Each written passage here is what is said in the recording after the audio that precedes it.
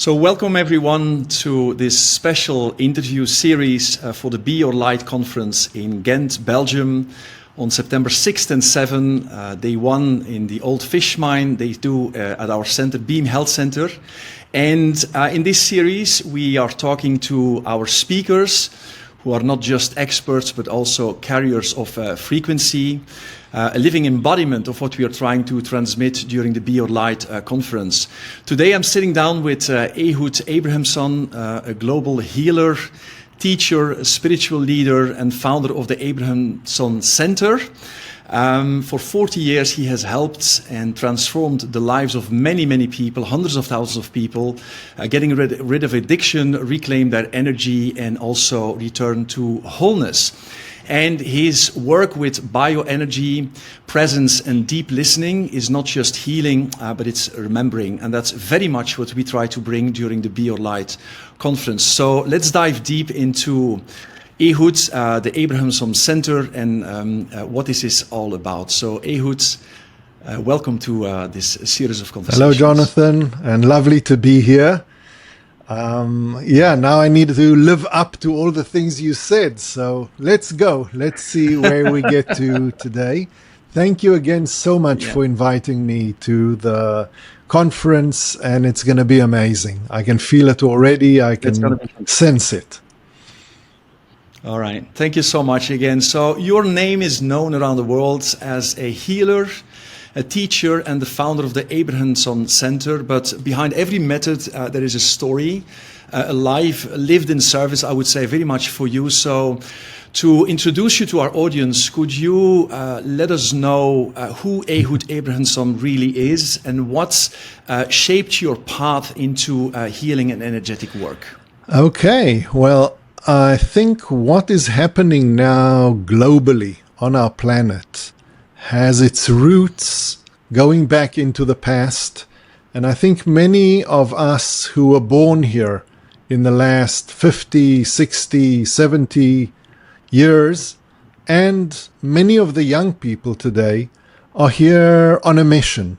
And I think, I don't like saying us older folk, but I think much of the platform has been put down by those who have been around now for a good few decades.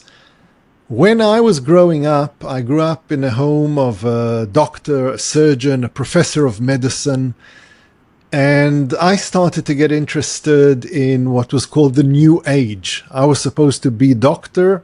My father said I got instead a medicine man, a shaman.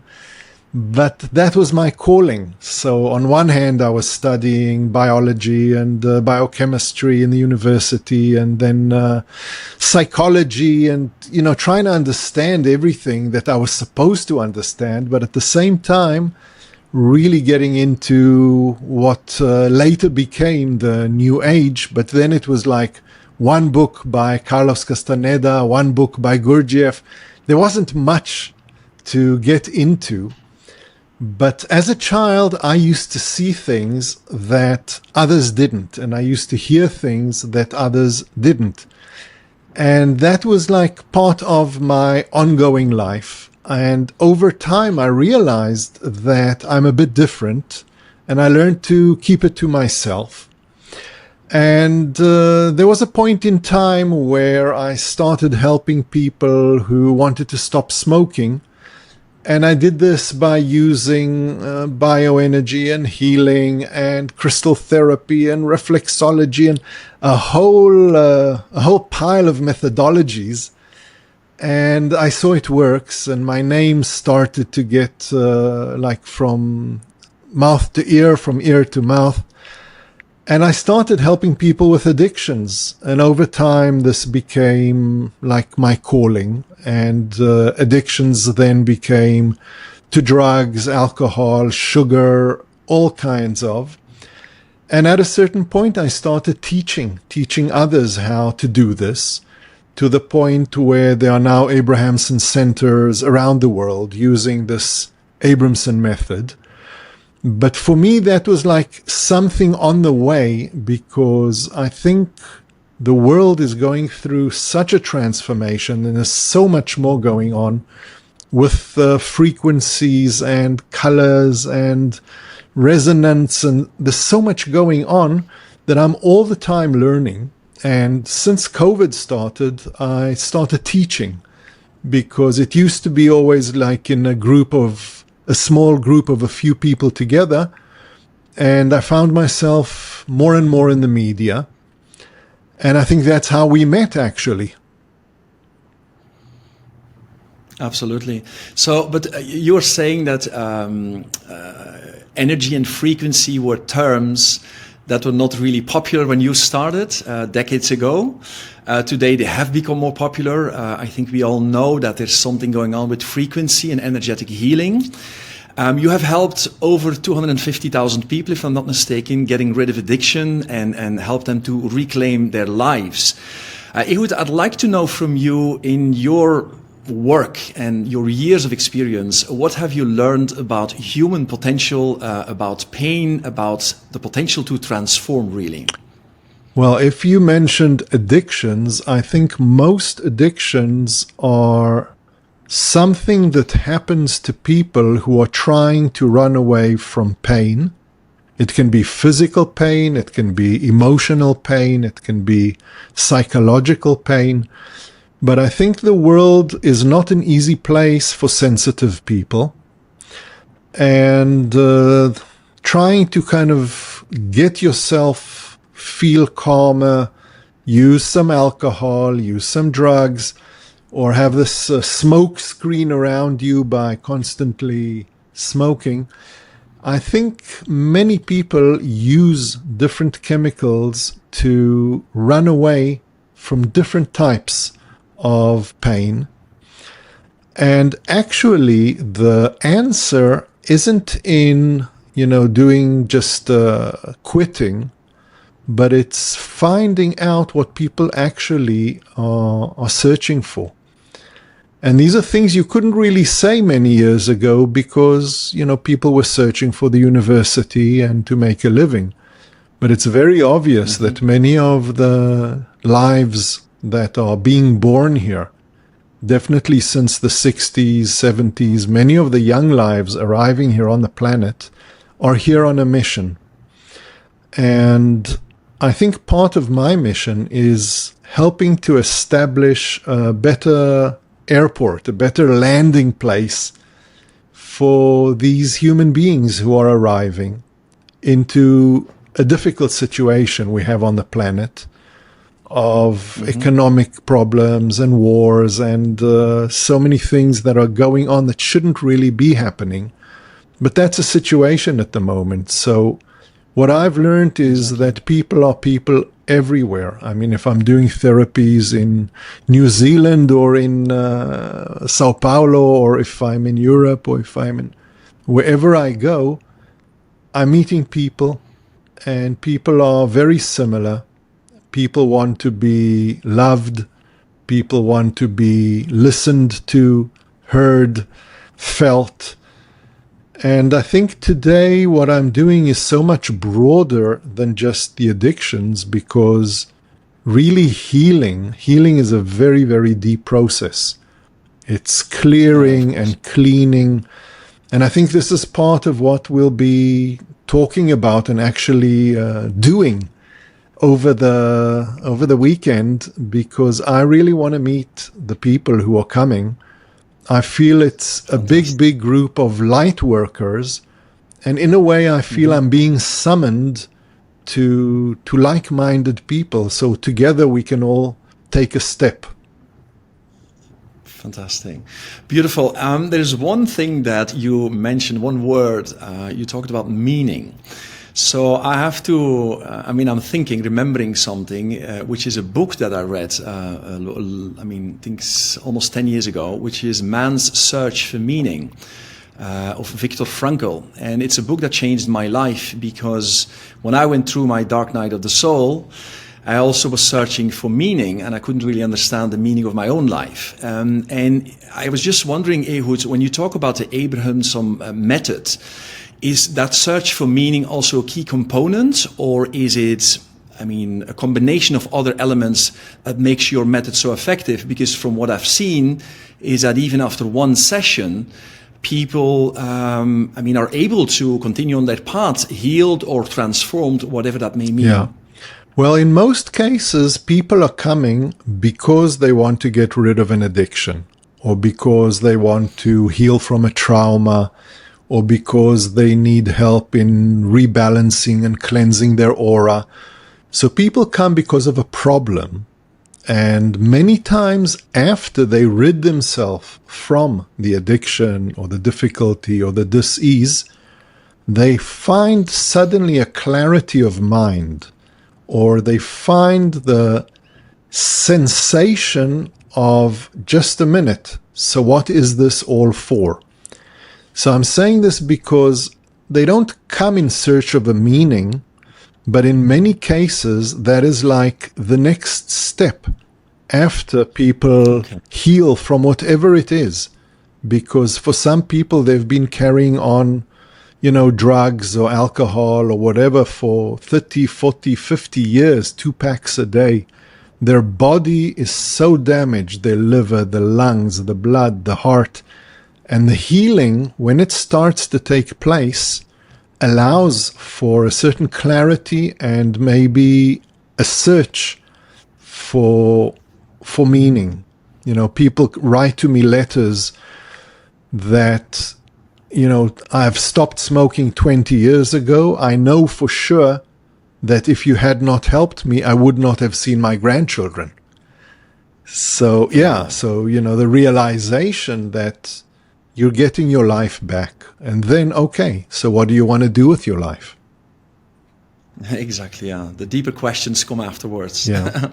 But your work is also based on a deep understanding of the human energetic systems, what you call the BioField. You already touched upon it a little while ago. It's a field that holds memory, intelligence, and healing potential. Could you explain to our audience what that BioField really is according to your For sure, Jonathan. I think that's a very good question, because people, are aware of chakras and meridians and talking about energy.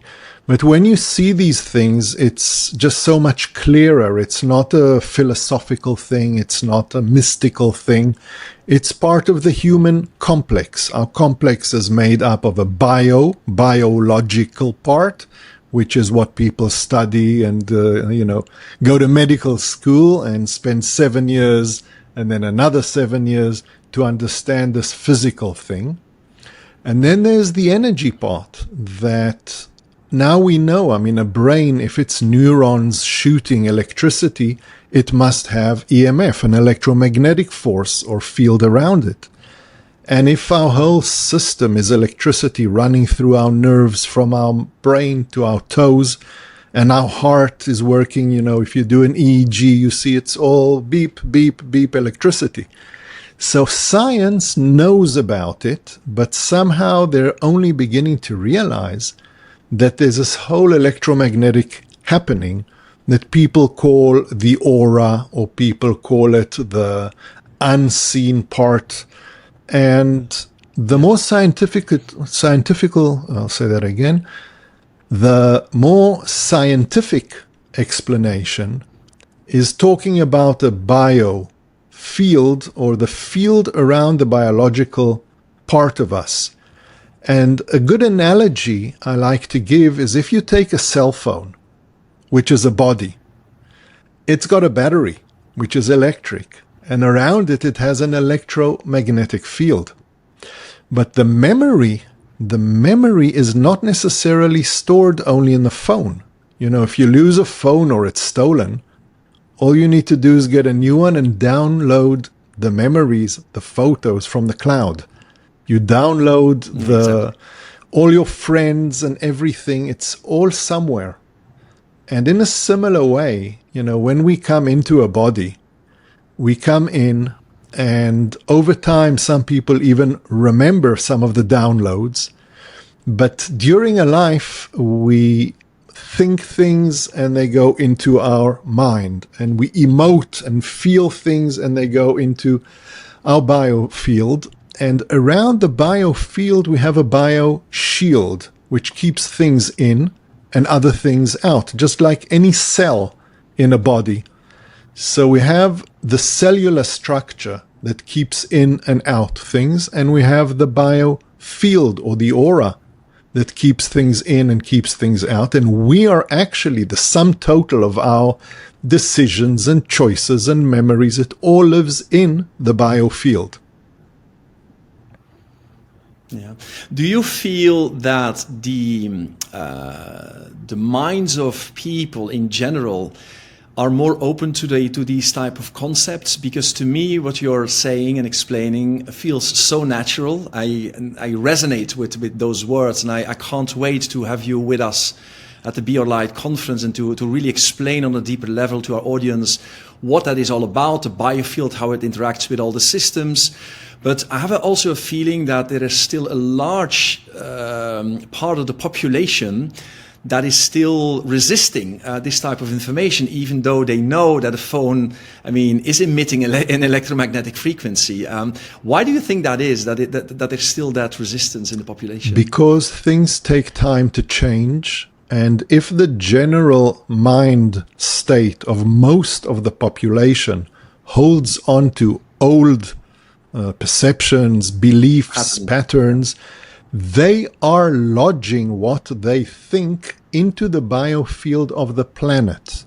You see, a human body has a biofield, and a planetary body has a biofield. It's called the Akashic record or the astral light. And the astral light or the Akashic records holds the past. And in general, most of the past in the last hundreds of years didn't take into account what we are now speaking about. But as it is becoming more and more something that people believe, study, learn, work with, and resonate, the more people are resonating, the more it is going into the Akashic record of the planet. So when a baby is born now, part of the download into a baby is this unknown topic, which they grow up with it naturally. And definitely for the older people, it's very difficult. But, give an old person a new phone and tell him to work with ChatGPT. Exactly. Yeah. So, it's going to be a challenge. Staying with the new is never easy.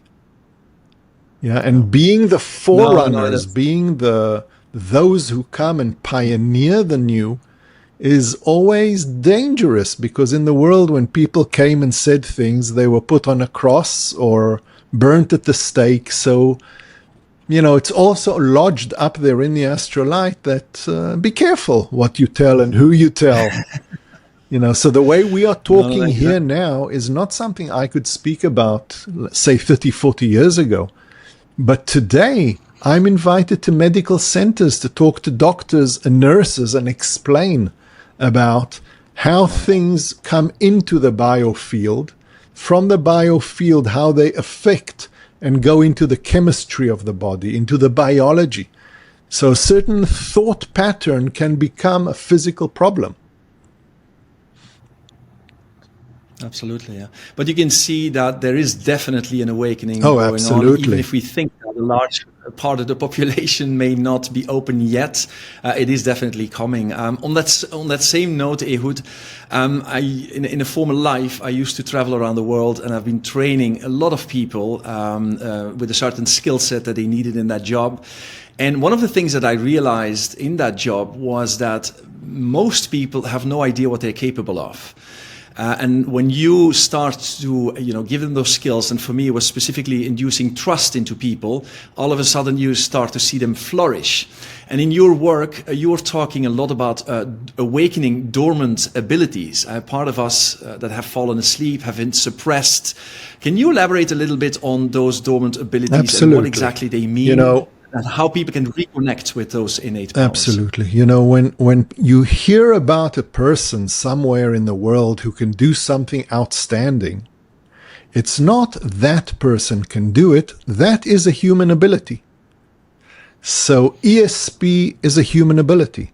BioEnergy healing is a human ability. Distant seeing or astral traveling, or it's all human abilities, but if we grew up without believing in them, belief is part of what opens the doors. So one thing is to learn about it and get to the point of actually seeing these things and training. But another thing is the amount of fuel or energy, because some of our systems that are dormant, they're dormant because they haven't gone through puberty. What do I mean? There's a puberty of the biological body. It happens, in the early teens, and it's automatic. This automatic change of chemistry that causes a change of biology that allows dormant abilities to wake up, to be a man or a lady, to be able to get pregnant or give seed. This happens automatically. And there are other puberties that are not automatic. They demand a certain level of energy. So if most of humanity is working on a 5-volt battery, by analogy, imagine what they could do if they had a 12-volt battery, or certain dormant systems that only wake up when they get 110 or 220. So we're talking about actually being able to collect, a bit like the Tai Chi masters, to collect energy into our biofield, to learn how to store energy in accumulators. We have batteries, but if we don't know about it, then our biological body is nourished by eating a banana or rice.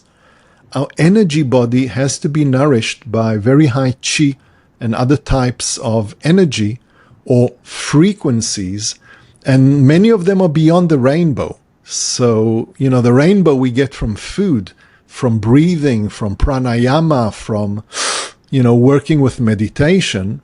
And then there are frequencies that are much higher, that usually demanded people to be in a secret order somewhere in the Himalaya, or on an island with Pythagoras or something, because he wasn't only into triangles, he knew a few more things.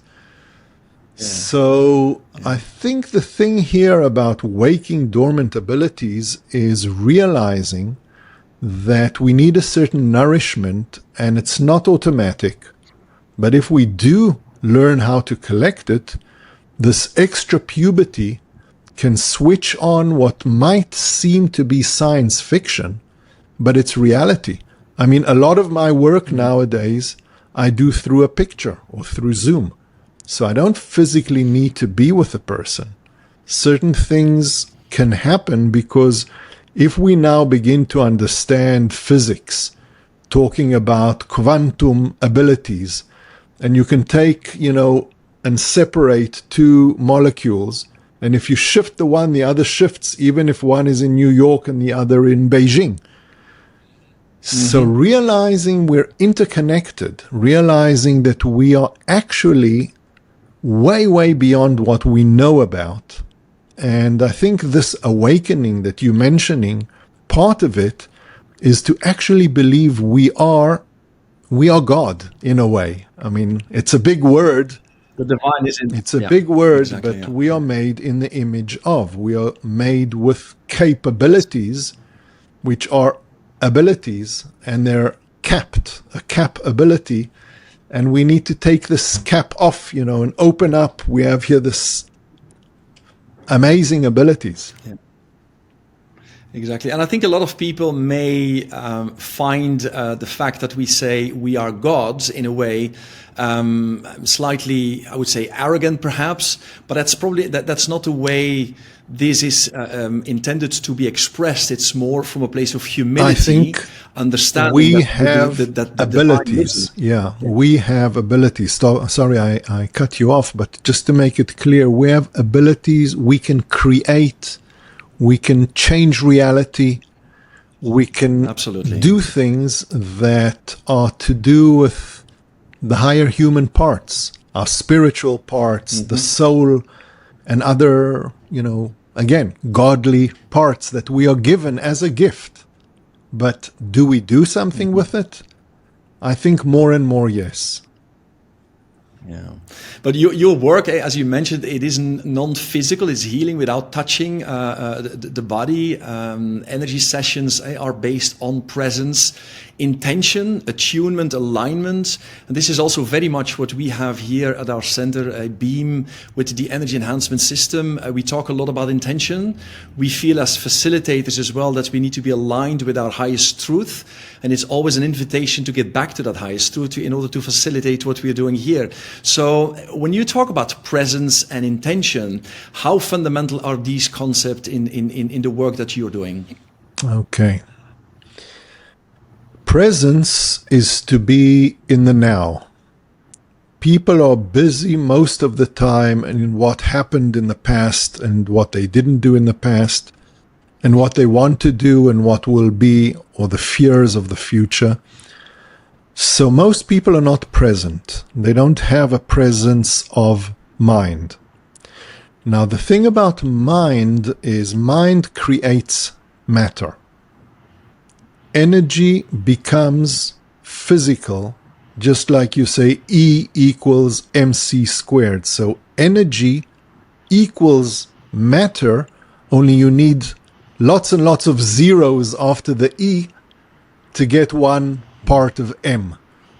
So to get an atom, you need a lot of energy. And to make something matter or materialize, to have something matter in your life, you need to put your mind to it, and you need to be conscious to it, and you need to be present that that is something you want. And the intention is actually what summons and brings and pulls in that specific energy. So definitely what we intend can become our reality. It can become our present moment. But again, that's work. That's, getting the right frequencies. That's getting rebalanced. That's getting rid of those things that are disturbing. And it's work. Most people don't like to work hard. Yeah, it's focus and it's repetition, to get where you want. Because if you stay in the old patterns, to change those is literally reprogramming ourselves, and that takes time indeed. Well, sometimes you need someone from outside, and that's, what we do. When we come and do this healing, we come and shift things in people's aura. We clear away old, unneeded blockages. We cause stagnant or stuck energies to become more fluid and flow out and clean out. And that's why, in a way, people say it's like it's magic, because they come in and an hour later it's as if they never had a problem. But it's not magic, it's understanding frequencies and understanding the power of the human mind.